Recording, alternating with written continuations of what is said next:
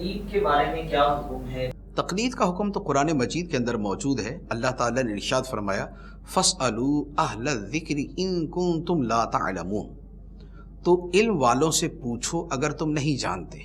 तो जो बंदा नहीं जानता वो किसी इल्म वाले से पूछ के अमल करता है। तकलीद कहते हैं कि किसी से दलील मांगे बगैर उसकी बात पे अमल कर लेना। एक ये होता है ना कि मैंने किसी से मसला पूछा, उसने मसला बयान किया तो मैंने कहा जनाब आपने कहाँ से बयान किया।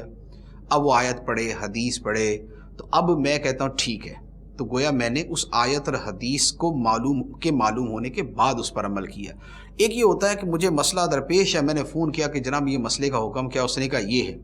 अब मैं उससे ये नहीं पूछ रहा कि जनाब ये कहाँ लिखा है और ये कौन सी हदीस से साबित है। मुझे चूँकि उस आलिम और मुफ्ती साहब पर एतमाद है, तो लिहाजा मैं उस पर एतमाद करते हुए दलील पूछे बगैर मैं उसके फतवे पर और उसके मसले पर अमल कर लेता हूँ।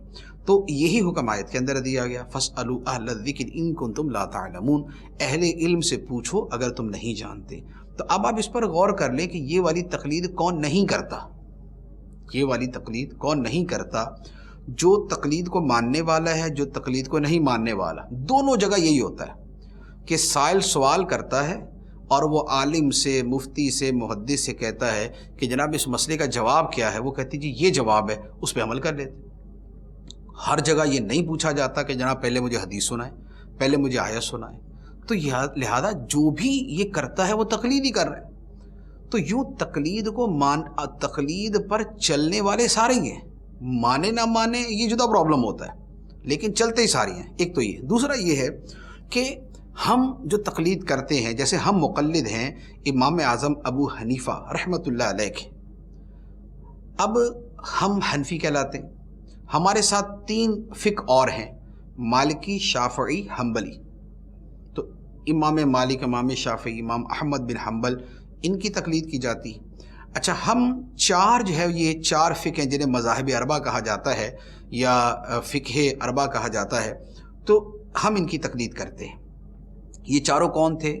ये थे सहाबा ताबईन के बाद के ज़माने के हज़रात। इमाम आज़म अबू हनीफ़ा अलैहि रहमा तो ख़ुद ताबई हैं, लेकिन जो बाकी हैं वो उसके बाद के ज़माने के हैं या उसके करीब के ज़माने के हैं।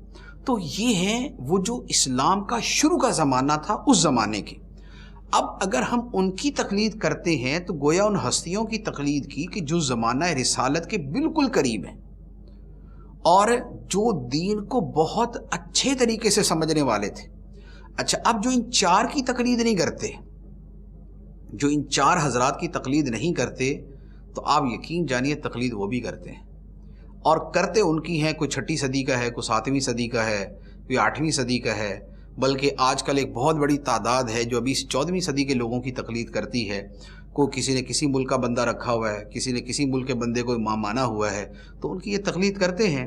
तो बस फ़र्क इतना है कि तकलीद सारे करते हैं, लेकिन हम तकलीद करते हैं जो दूसरी सदी हिजरी के बुज़ुर्ग हैं उनकी, जो ज़माना रिसालत के बहुत करीब थे और जिन्होंने खुद अहादीस जो है वो जमा की, सुनी, इस्तिखराज, इस्तिंबात किया, हम उनकी करते हैं।